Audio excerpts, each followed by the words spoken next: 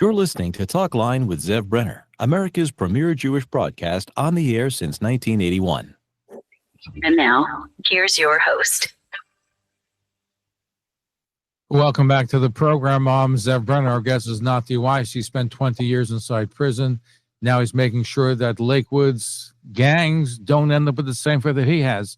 So, Nati, thank you. Nathaniel, thank you for joining us. Shavua Tov. Shavua Tov, how are you? Thank you. Thank you. We appreciate you being here with me. I know you spoke to Yitzhak Landa at the magazine Mishpacha. Did a wonderful story, and somebody sent that to me, and I'm glad that you're able to join us. So let's start at the beginning. You grew up in a religious household. Explain to us what happened, how you ended up in a life of crime where you went to jail for 20 years. Well, I'm adopted. My parents now, my mother was Jewish. My parents now live in Edison, New Jersey. My mother just made Aliyah. My father should be making Aliyah soon. I grew up going to RJJ. Then I went to Adelphia.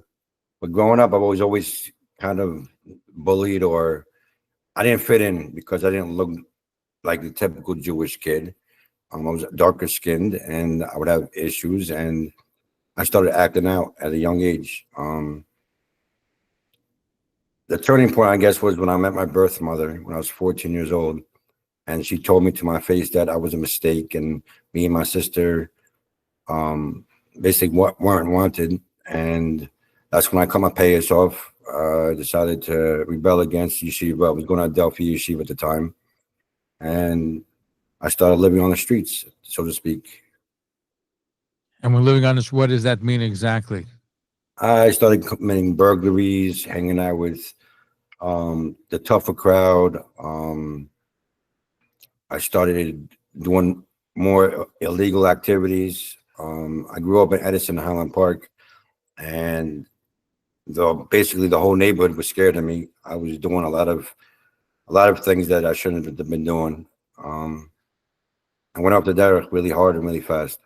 Did anybody try to help you? Did your parents, even the adopted one, did they try to steer you in the right direction? What happened? They spoke to a therapist, a psychiatrist. He's a very renowned therapist from Lakewood, actually. Now he moved to Eretz Yisrael, but they decided to put me in a program when I was 14 years old. It was called Kids Centers in North Jersey, and it turned out to be a cult. Rabbi Shia Hefter Michael Berman from New York. They we found cult busters. They actually had to come get me out of their program. But that didn't change. I still got involved in gangs when I was 17, 18 years old, and that was all she wrote. What kind of gangs did you get involved with? I was in one of the biggest Puerto Rican gangs in the world. I'm not going to mention no names. People who know who I am, they know who I am. But did you fit in? Did they? Because you said you didn't fit in where you were in yeshiva. Did a Puerto Rican gang, knowing that you were Jewish, let you in? And did you feel part of them? At the time I did, it was like a family like I didn't have, so to speak. Yes, they were doing illegal things, but it was a unity. It was a brotherhood. I felt a part of something. All my life I was trying to fit in, and I kind of fit in with them. I looked like them. I didn't speak Spanish at the time, but it was something that I got used to, and I started to believe what they believed in, and went from there. Now, you were not religious at that time anymore, correct? No, I was off the derech already. Off the derech. So what kind of events, what kind of crimes did you do? Because you ended up going to jail for a long period of time. I've done everything basically that you could think of, except for hurting kids or women. I've done a lot of heinous crimes, and I regret it every day of my life.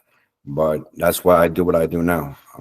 You're making up for it. You're an inspiration for people, but in order for people to understand what you came from and what you're doing now, it's a contrast. But you turn your life around, and you want to make sure other people don't get into the same rut that you got into. So that's why, and I appreciate you sharing your story, but just give us a little bit more details. So what did you go to jail for? The first, I think, was some burglary. You broke into people's homes. It was burglary. It was at one point it was attempted murder. There was 3 bodies stuffed in the trunk of a car that I had to pick up. I was looking at a long sentence, but my thing is every time I would come out of prison, I was so gung ho about the gang situation, the gang life, getting that easy money, and I didn't care who I hurt. I wound up back in prison over and over and over again. Now, in prison, you also were part of gangs in prison, correct? Because Yes. the way it works and described to us is not, if you're not part of a gang, you can be easily beaten up and fall prey to other elements in the prison. Even some gang members themselves got beaten up or worse. It's hard to explain how it works in prison unless you've been to prison.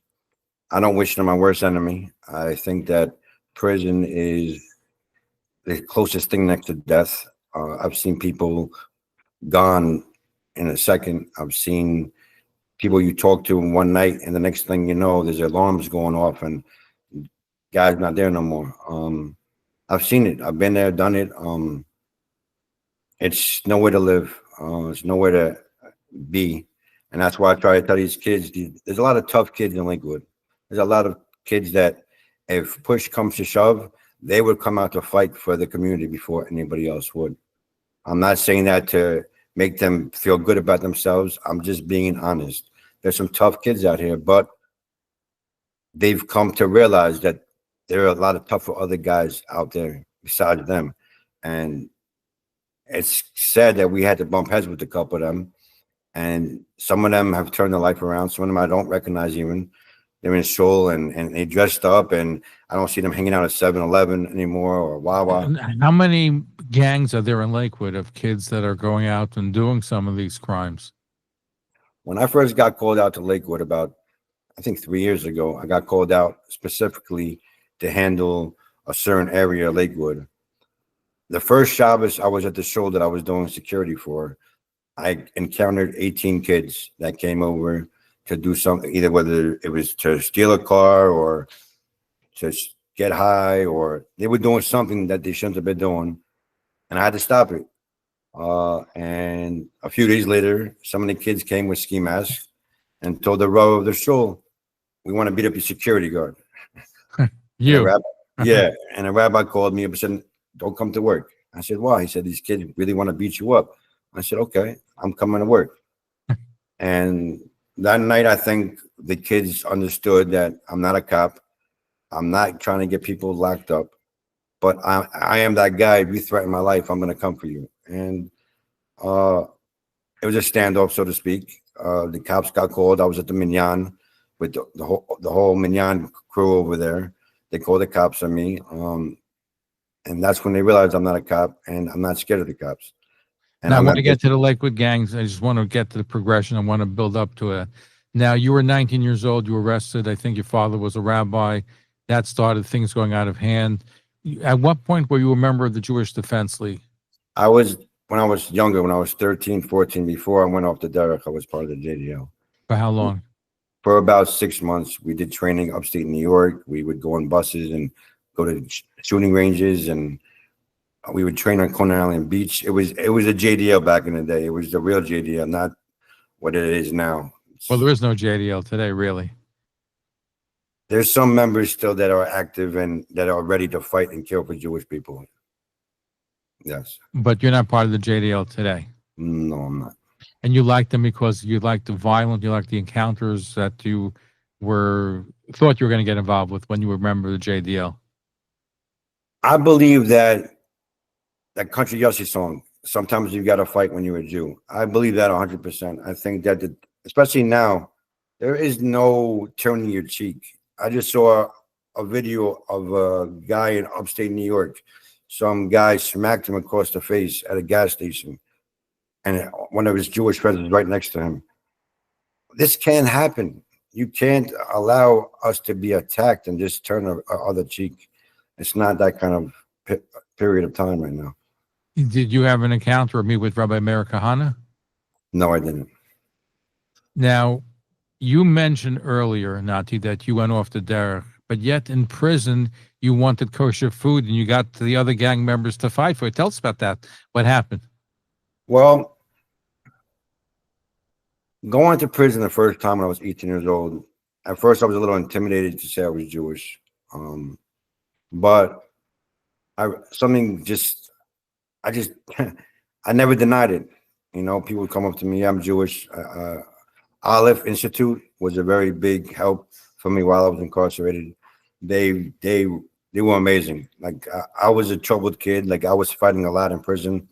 I would go from prison to prison. I would start riots. I was really involved in that gang life. I was really involved in doing a lot of things, even in prison. And they were there to help me out. And they sent rabbis to come visit me. They sent me Shabbos food. So I started wearing a yarmulke in prison. And a couple of places like Southwood State Prisons, for instance, back in the day, it was run by KKK members. They were literally COs that hated Jewish people. So how'd you survive that? Baruch Hashem, I had a crew with me, and when things would happen to me, they would get involved too.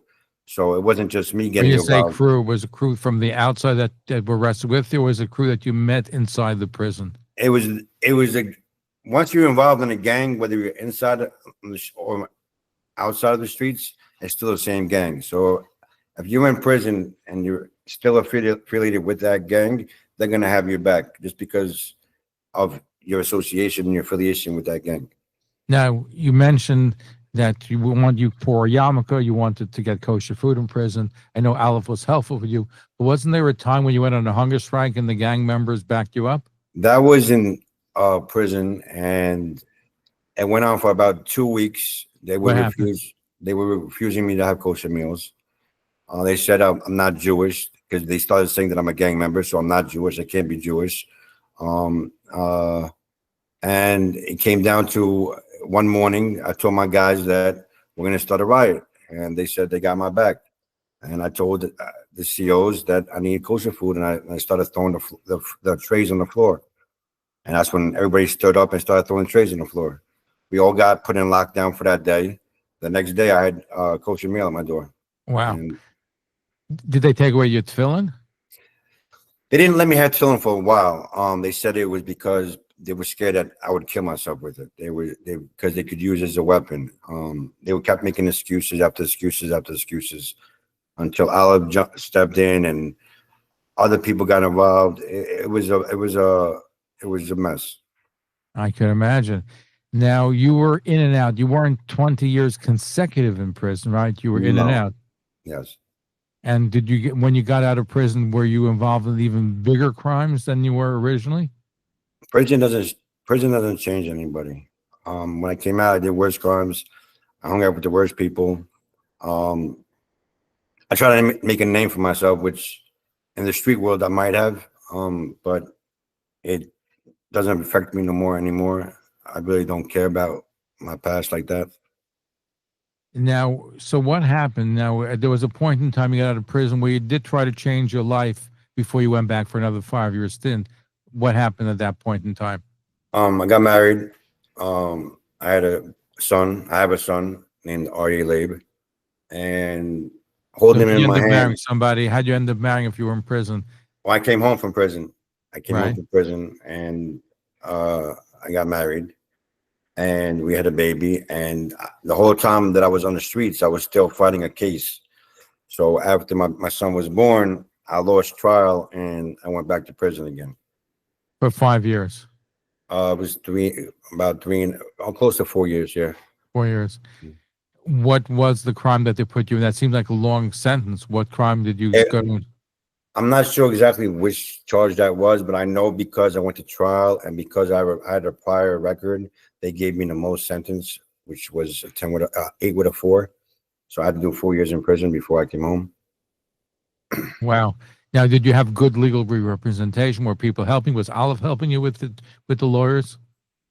Everyone told me to just take a plea deal. And at the time I was so thick-headed, prison was like another second home to me. I was just like, okay, I'm going to prison anyway, so might as well try to gamble and see if I could beat trial. And I lost, and I got a lot more time than I was supposed to get. But the time you went in for the last stretch, the 4.5 year stretch, you were already more observant.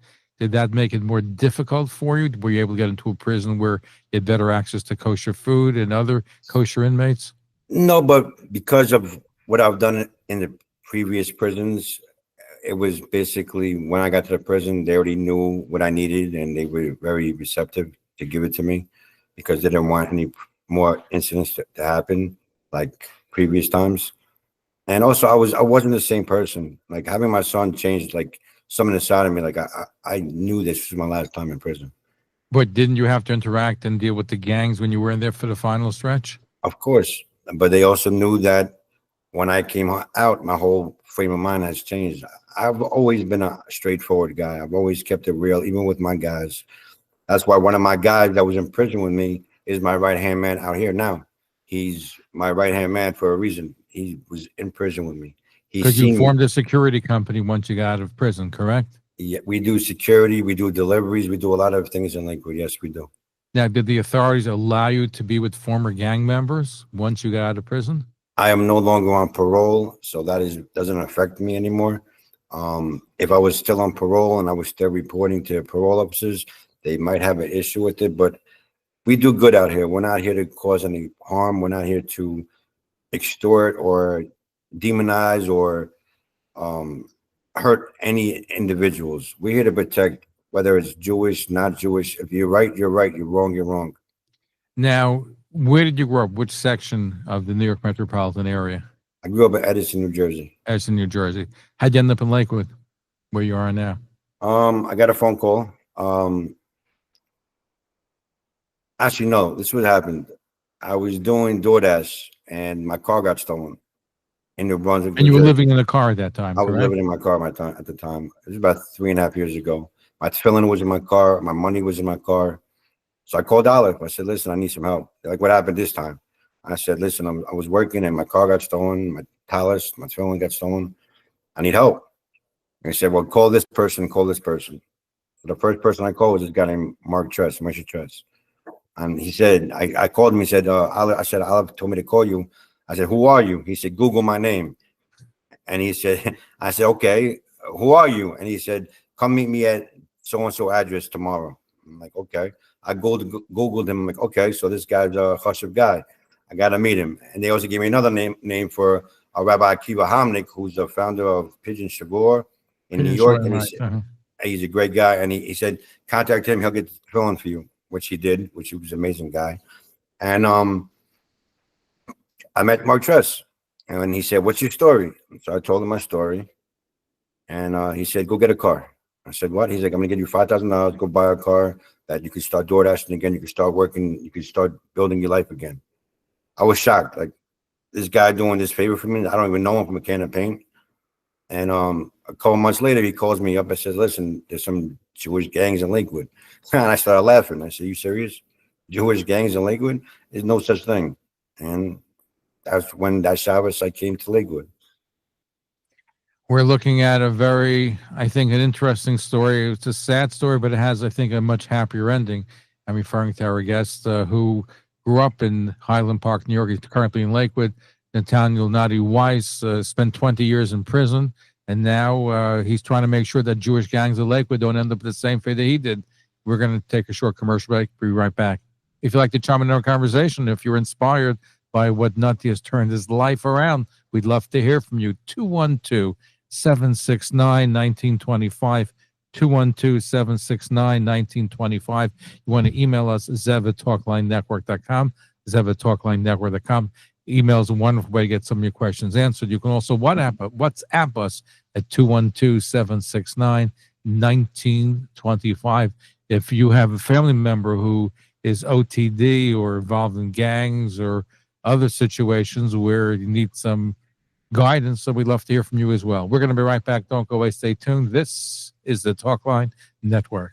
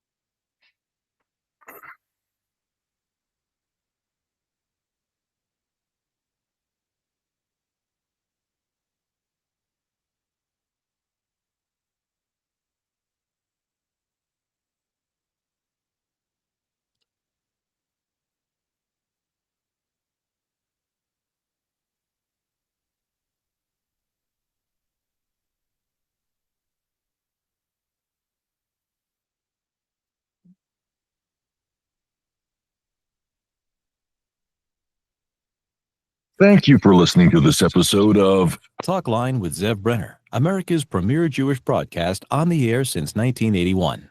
Please call us with your questions and comments at 212-769-1925. That's 212-769-1925.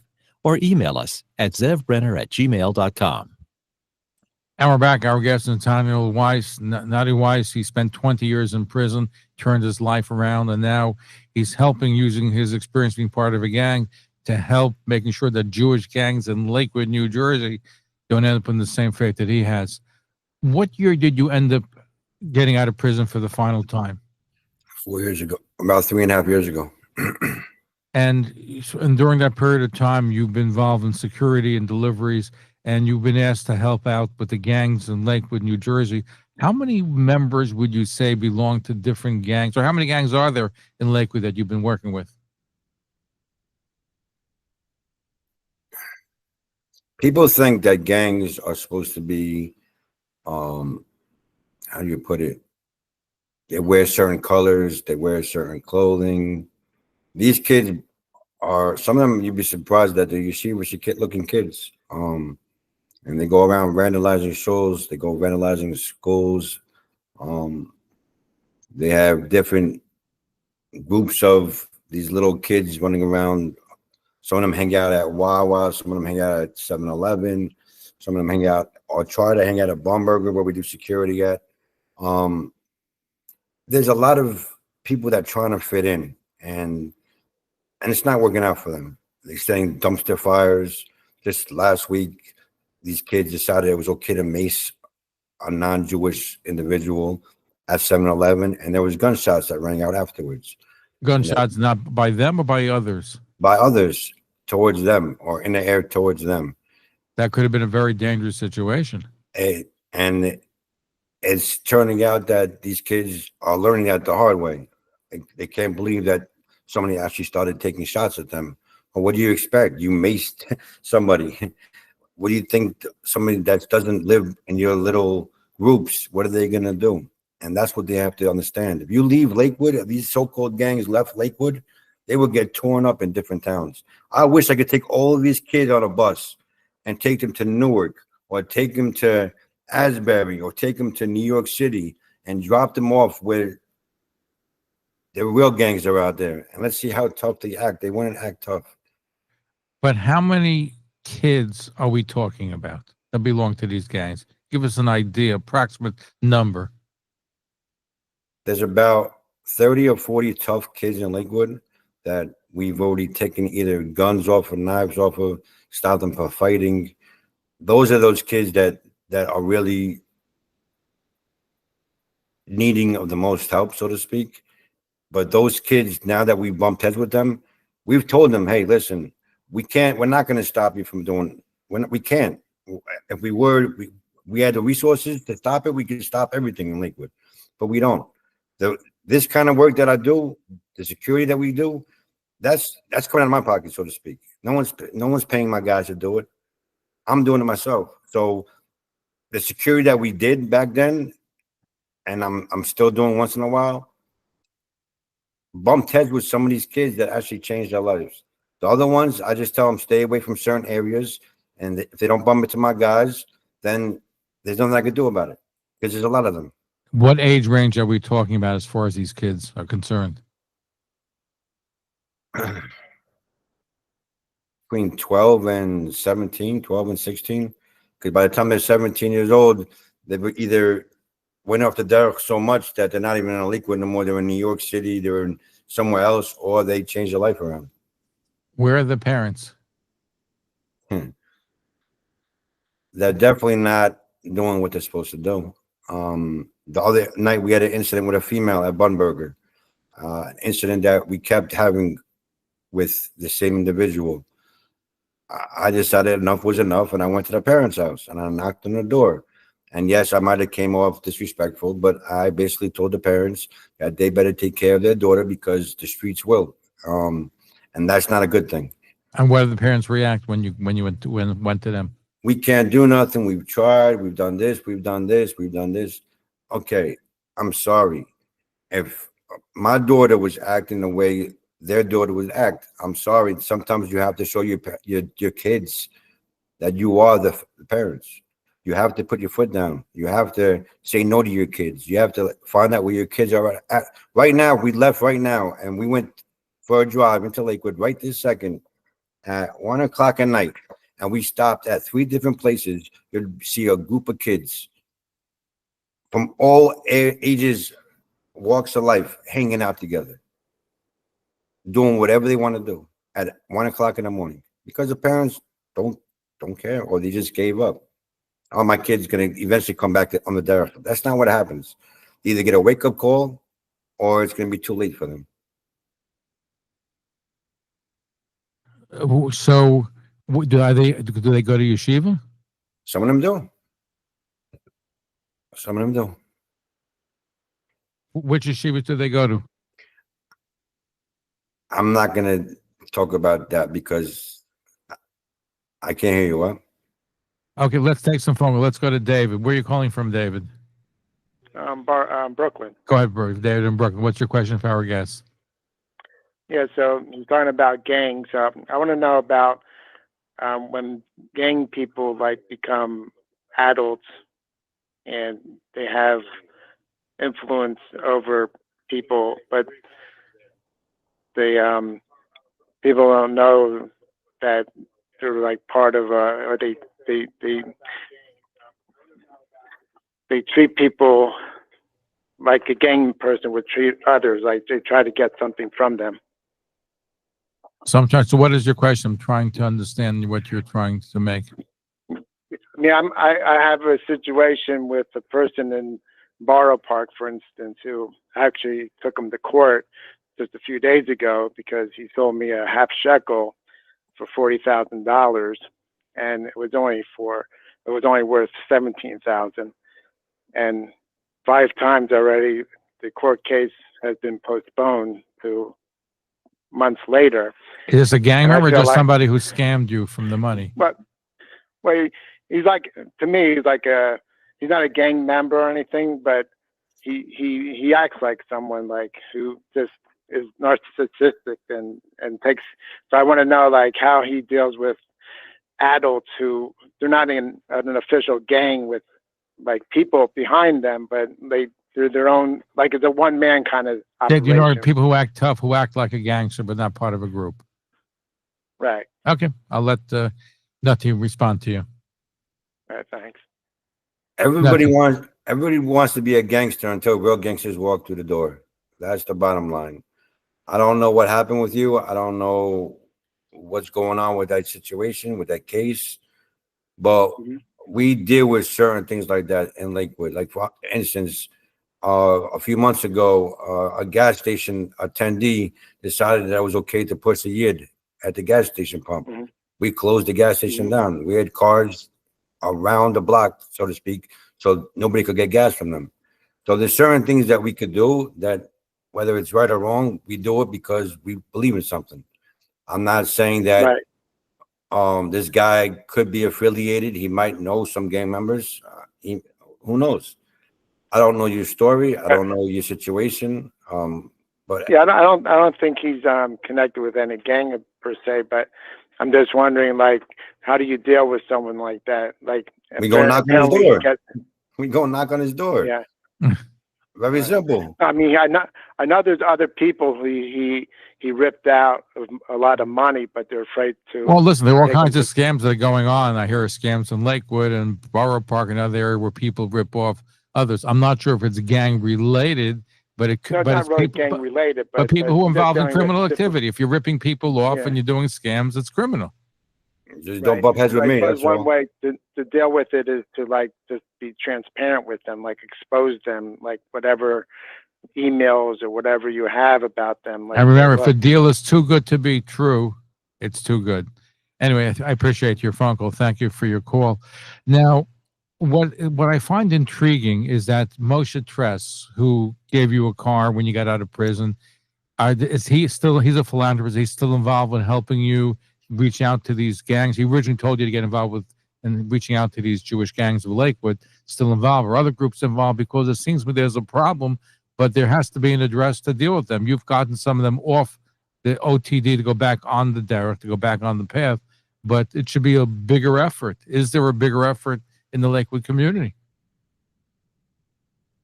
I've been saying this for years, that they should have a place for all these kids to go, a recreational place they could be themselves. Get them some basketballs, give them some weightlifting places, give them something to do. Instead of hanging out in all these places, they're going to get themselves into trouble. Have a place, a secured place. My guys would run it. There would be no violence in there. There were no drugs in there. But people come there and relax and doing their own thing. I've been talking about it for years. But people are scared of that. People are scared of change. People are scared to say, okay, my kid is going off the derech and I don't know what to do. And that's it. It's not a good situation out here. But how are the schools and the yeshivas dealing with it? Because if these kids are acting out after school and hanging out, I'm sure in school itself, in the yeshiva, they're not just goodies and all of a sudden they become baddies when they get out. No, I'm sure that the schools are dealing with it. But unfortunately, in the Jewish community, as I'm sure you know, a lot of things are kept under the rug. A lot of secrets are kept. A lot of, whether it's child abuse, sexual abuse, it's all brushed under the rug. And that's what happens with these kids. These kids might act up in yeshiva, but the Rebbeim don't want to do anything because it will make the yeshiva look bad. So they put it under the rug. All these guys are saddik. No, he's not. I just caught him 2 days ago with a 3D printing gun, and you're talking about he's a saddik. You're wrong. But that's the way they cover things up. I'm not saying all yeshivas do it. I'm not trying to pinpoint any yeshivas. I know some yeshivas that know what their kids do and they just turn a blind eye, but I won't ever say about it. I've dealt with those kids more than once, but it costs on the parents. If you love your kids, you'd be in their phones. You would see what they're doing. You would see who they're hanging out with. Drive at nighttime when your kids aren't home. Drive by these areas that you know that these kids hang out and see if your kid's there. If he is, get him out that area. Make a scene. Yo, get in the car. Like, you got to be a parent. If you're not a parent, then what's the point? Now, you speak to some of these kids, these troubled teenagers that are out there. Now, would you say some of them might be victims of sexual abuse or other abuse, and that's why they're out there? In other words, what causes them to go OTD, that they want to leave their home and hang out and get involved in sometimes criminal activity? Most of the time it's criminal activity. Unfortunately, for each kid is his own story. Each kid that I've bumped heads with or talked to, whether it's a female or a male, they all have stories. They all have something that happened in their life that traumatized them so much that they just turned their back on Yiddishkeit, or they just decided, you know what, enough is enough. I can't go home because I'm scared to go home because this is going to happen to me, or this is going to happen to me. It's now some of them don't live at home; they just live on the streets, or they go from friend's house to a friend's house to a friend's house to a friend's house. It's not a way to live. And these are 14 and 15-year-old kids. It's sad. It's sad. It's a tragedy. Now in Brooklyn, you have places like Our Place where kids can hang out. When you're saying in Lakewood, there's no such facility where people can hang out. They have the minyan. They have that outlet they could use. Other than that, they really don't. And the minyan, like I said, I give much respect to everybody. I give respect to everybody that do their best to help these kids. But sometimes, like my motto says, sometimes you got to serve with strength and love. Sometimes catering and giving kids hugs isn't what they need. And some people have to learn that. Well, maybe they need some hugs. They need love. They're not getting the love, and that's why they're out in the streets. Or vice versa. Were they getting too much love at home? Unfortunately. What do you mean by that? How can you get too much love? When you smother a kid and you tell this kid, for instance, let's do this, a high-speed chase. When a burglar is running away from the cops, what do the cops do? They get behind and they try to get the guy off the road. So what do? They hit the back of the end of the car. So when you hit the back of the end of the car, on the right side, it turns left. So you push a kid towards, we want you to go to yeshiva, we want you to learn 24/7, we want you to have this friend and this friend, no cell phones that have internet. You push them to this level. Unfortunately, some kids might just say, you know what, I want to be able to do That's this. not love. That's just, being It's very. love because you want your kid to be like you. You want your kid to be exactly like you. So you try to mold your kid to be like you. What are some of the crimes that some of these kids are engaged in? Besides arson fires, burglaries, drugs. Drugs is running rampant in Lakewood. I'm not just talking about weed because I don't have. I know this might sound weird, but weed isn't a drug to me, so I don't. I've never heard of someone getting killed over weed, so I don't consider that a drug. That's my opinion, and that's only my opinion. But these kids are beyond weed. They're taking pills. They're doing crack. They're doing cocaine. And I've seen it with my own eyes. And it's sad. It's sad. There's 16, 17-year-old kids addicted to this. Fentanyl too? I haven't ran into anybody with that actually is doing fentanyl, but every kid should understand that any drug could be laced with fentanyl. Even weed could be laced with fentanyl. Any drug could kill you. So, like I said, it's gotten, since the past 2 years, it's gotten worse with drugs out here as far as what they're doing out here. So how are you able to go ahead and reach these kids and turn them around? You mentioned at the onset that you were able to get some people back on the beat and track. How'd you do that? Like I said before, my motto is serving with strength and love. So if they never got the love and they didn't get the wisdom from us when we bumped into them the first time, they had to see the strength part of us. And that I'm not going to talk about, but they understood that they kept going down this path, they're going to bump into us again, and that would not be a good thing for them. Our guest is somebody who spent 20 years behind bars. He's now trying to get Jewish gangs in Lakewood, New Jersey to not meet the same faith. Nati Weiss is our guest. We're going to be right back. I'm going to try to squeeze in some more phone calls. 212-769-1925. 212-769-1925. You want to email zev@talklinenetwork.com. We're going to be right back. Don't go away. Stay tuned. This is the Talkline Network.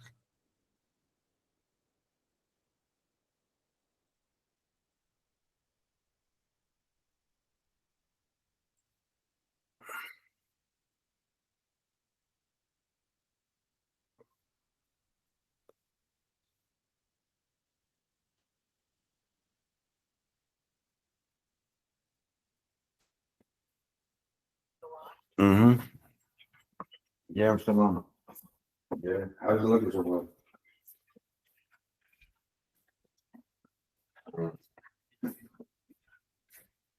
Okay, it's about to get interesting. All right. Not yet.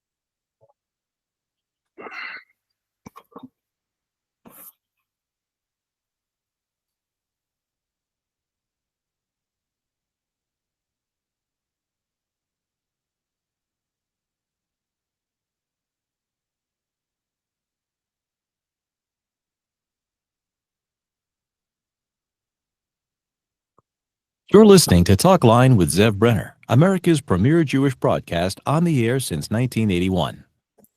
And now, here's your host. And we're back. Our guest is somebody who's had a hard life, 20 years he spent in prison. Today he's trying to get the Jewish gangs in Lakewood that they should not be in the same situation he's been in, to get them back on the path.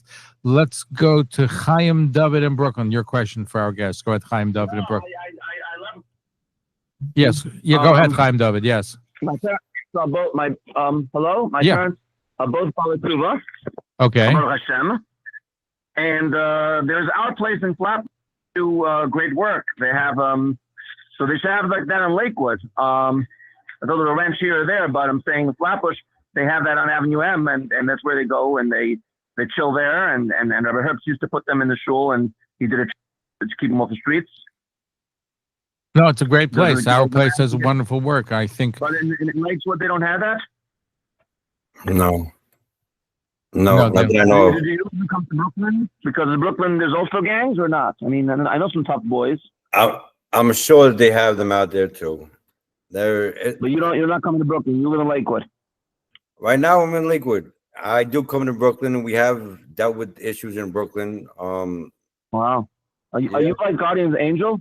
Same idea. It's the same idea. Right now I have 3 different gangs that work with me. Wow. Baruch I just want to Hashem, say that yeah, I'm sorry, I didn't cut you off.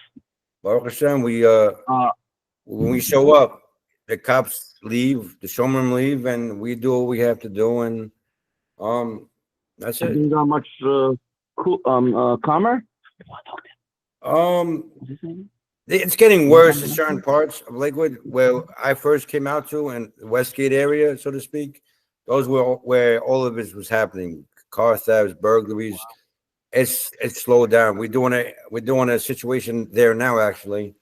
But Did you work with the police? we don't work with the police. I respect the police. Let me get that straight. I understand what they have to do, but I also understand that their hands are tied, and what they do with these kids is they bring them home. If they're late for curfew, they charge their parents money for being out on curfew. That's what Summer doesn't look for. Summer also doesn't take care of the situation. I hear what you said. Okay. Chaim David, could you please repeat that? He wants to show me. Does Shomer Shmira do anything? Is they exist in Lakewood too? I assume, right? They have showmen out here in Lakewood. But they don't really get involved in with these gangs. I don't even know how to explain it. Certain people's hands are tied when it comes to these kids. They can't do certain things. We're not supposed to do certain things, but we do them because I believe in it, and I don't live by any rules and regulations, so to speak. And I'm firm. You do the Torah's rules and regulations. I didn't hear you. What? You said the Torah has rules and regulations. I'm not talking about. I'm not talking about going against the Torah. I'm just saying that sometimes like I said before, sometimes you got to show these kids what's tough and what's not tough. All right, Chaim David, thank you for your phone call. Let's go to Forest Hills and Ben Sion. You're on there. Go ahead, Ben Sion. Ben Sion, are you there? Yes. Good. Your question for our guest. Go ahead, Ben Sion. Rabbi Alona Navar is a rabbi who before he became a rabbi, he was a major drug dealer and spent a few years in prison. And I thought that if he ever came to the United States, he'd be a good idea to get him speak in Lakewood because he's very good at dealing with these types of children. Which rabbi is this again? Alon Anava. He's an Israeli. Oh, I think he makes wines. I think I spoke to him a couple of years ago and he wasn't down. Yes. Okay. Listen, I think they just need more than a rabbi. What do they need? Thank you for your phone call. What do they need, in your professional opinion, Nati?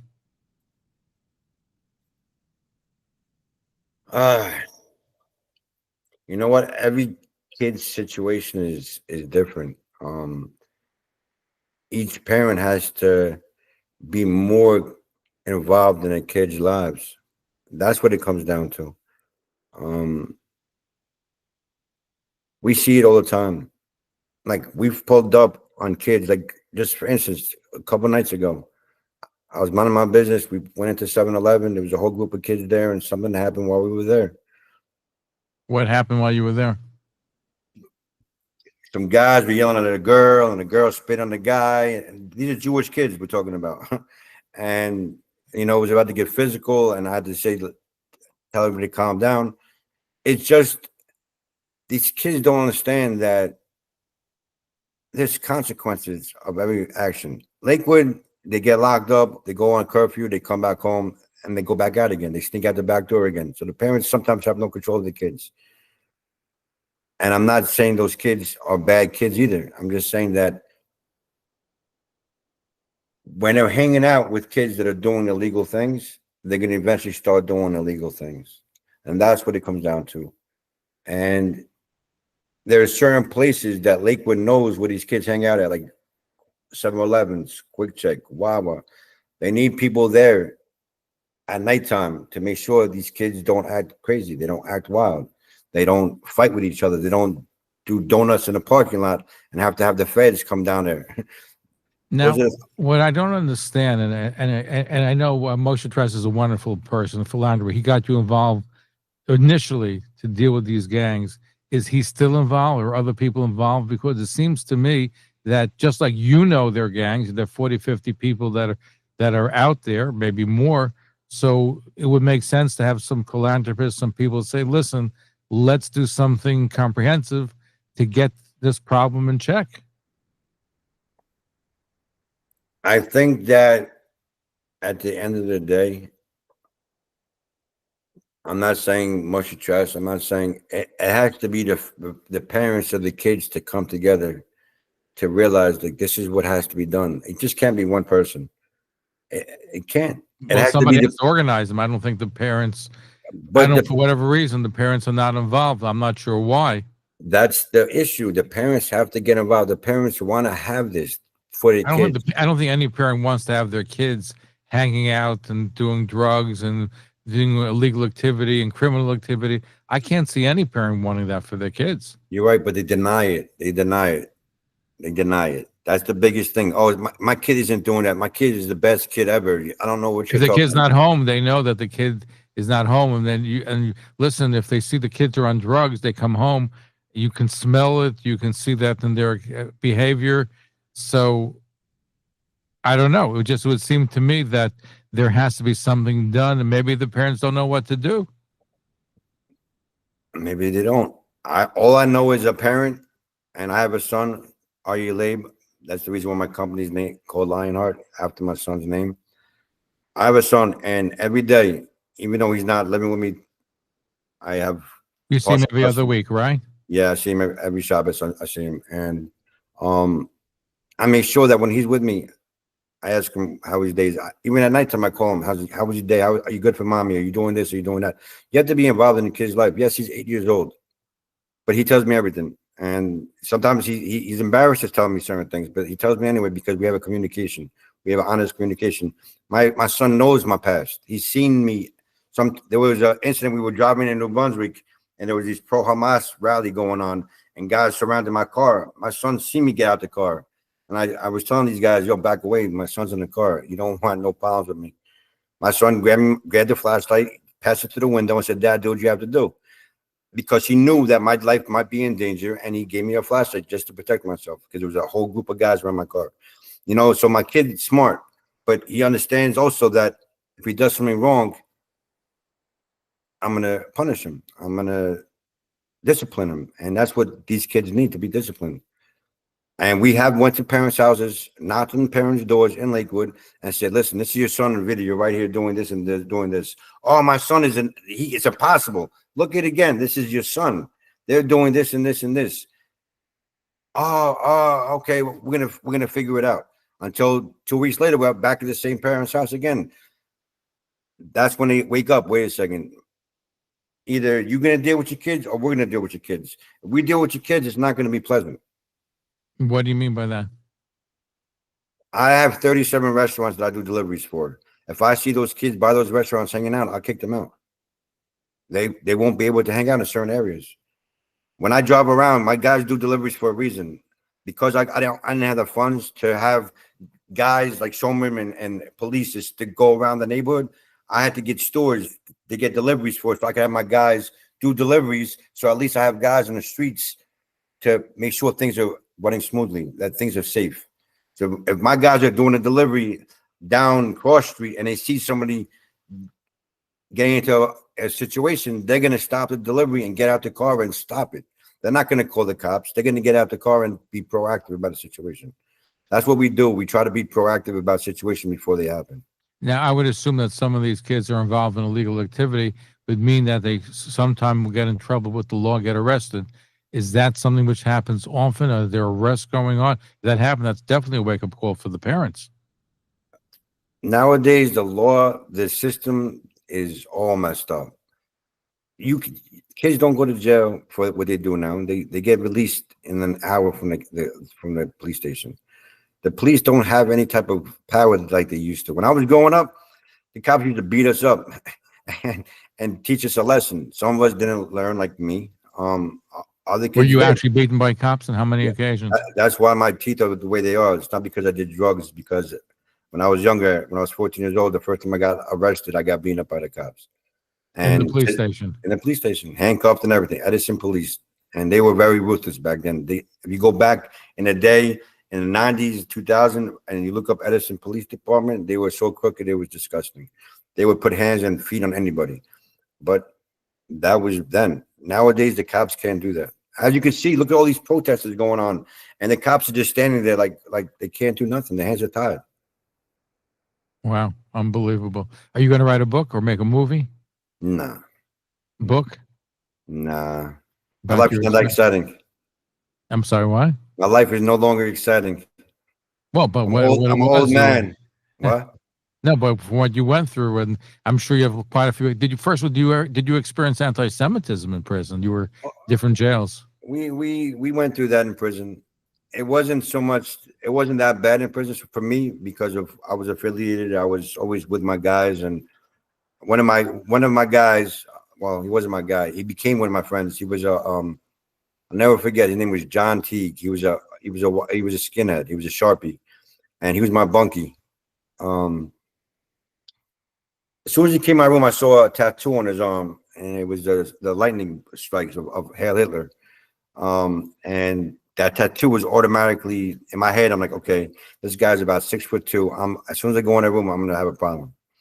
So I went in the room and we fought. I broke his hand on my head. I got a big head, so he swung at me. I ducked it. He hit my head, broke his hand automatically, and we started fighting. And after we fought, he respected me. I'm not saying whether I won or lost. It was a fight. And after that, he told his friends, like, that's one Jewish guy you don't want to mess with. So, after that, it was kind of smooth. You had Nazi gangs in prison. You had KKK groups. Yeah, we had all of that. We had also COs that were KKK. Southwood State Prison was run by KKK members. They still have them out that way. Now, you couldn't get into a place like Otisville? No, that's federal prison. This is all local. This is all state. This is a different whole ball game. Federal prison, you live a certain lifestyle out there. I wish I would have went to the Fed prison in my time. State prison is totally different than Fed time. And you've had how many of them? How many different prisons were you in? There's about at the time when I was getting locked up, there's about 14 prisons. Now they shrunk the prisons because the prison population went down. But I went to almost every prison in New Jersey except for Avenel. That's where the child molesters go to. Mid-state prison where attorneys and low felonies go to. And the other prisons I've been to, from Rahway State Prison to Northern State Gang Unit, I've been to all these prisons. Is there any one person that you kept in touch with all that time that had an impact on you when you were in prison?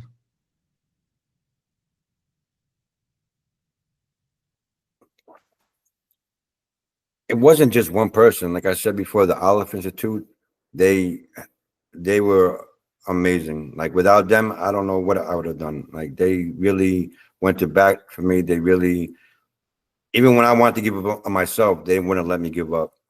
So for that, I'll always be grateful for them. And like I said, I have family. My brother lives in Israel. My sister lives in Israel. You know, they Did your have their family own. keep in touch with you at that time when you were in prison? Your brother? It was your hard sister? because a lot of my brother and my sister, they live in Israel, so it was kind of hard to communicate while I was in prison. You know, my dad would come see me when I was in prison. He didn't like it, but he was there for me while I was in prison. And you know, I learned a lot about life in prison. You know, like even to this day, the way I sit, the way I stand, the way I talk, the way I'm always watching over my shoulder, the way even when I eat, there's a certain way I eat. It's ingrained in my mind. Just like I could see a kid walking down the street and I can know if he's carrying a gun on him. Because You can just tell by looking at them. Because the way the certain things act and certain things, how they move, how they act, I see it all. Do any of these kids in Lakewood gangs, do any of them have weapons like guns? Oh, yeah. Oh, 100%. They make them 3D. They're so smart. They make 3D printing guns in Lakewood. They're smart. These kids are really smart. They're not. I wish I would have known how to make a 3D printing gun when I was younger. These kids know how to do it, and it's scary. It's really Have they scary. been using the guns on others as They far as have shootings? They haven't gone to that level yet. I really hope they don't get to that level, because then the real guns are gonna have to come to play, and that's not gonna be fun for them. But they know that we know. I know who makes them. I know who's been making them. I know who has them. I'm just waiting for that right time. And when that right time comes, we're gonna take them all. Now, you mentioned that at one point they wanted to gang up on you. They're wearing masks. You were warned by a rabbi. Are you still afraid that some of them may want to gang up on you because they feel you're standing between them and whatever they're doing? I don't fear anything but Hashem. I've been through the jungles. I've been stabbed. I've been shot. If it's my time to go, it's my time to go. There's nothing that could stop it. You know, I really hope they wouldn't come after me like that. When were you shot? When I was shot at. I wasn't shot. Yeah. I was shot at.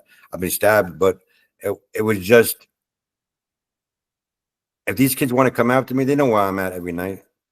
My door's open. I live in Jackson, New Jersey. My door stays open. Am I scared? No. When it's time for me to go, it's time for me to go. Now, do I thank you for changing your life around and trying to help people, the gangs of Lakewood. Thank you for being with us. I look forward to having you back again, and keep on the fight. Don't give up on any of these kids. I can't. They're good kids. At the end of the day, they're good kids. Thank you. Nati Weiss here in the Talkline Network had changed his life around. 20 years in prison. Now he's fighting to make sure that the gangs of Lakewood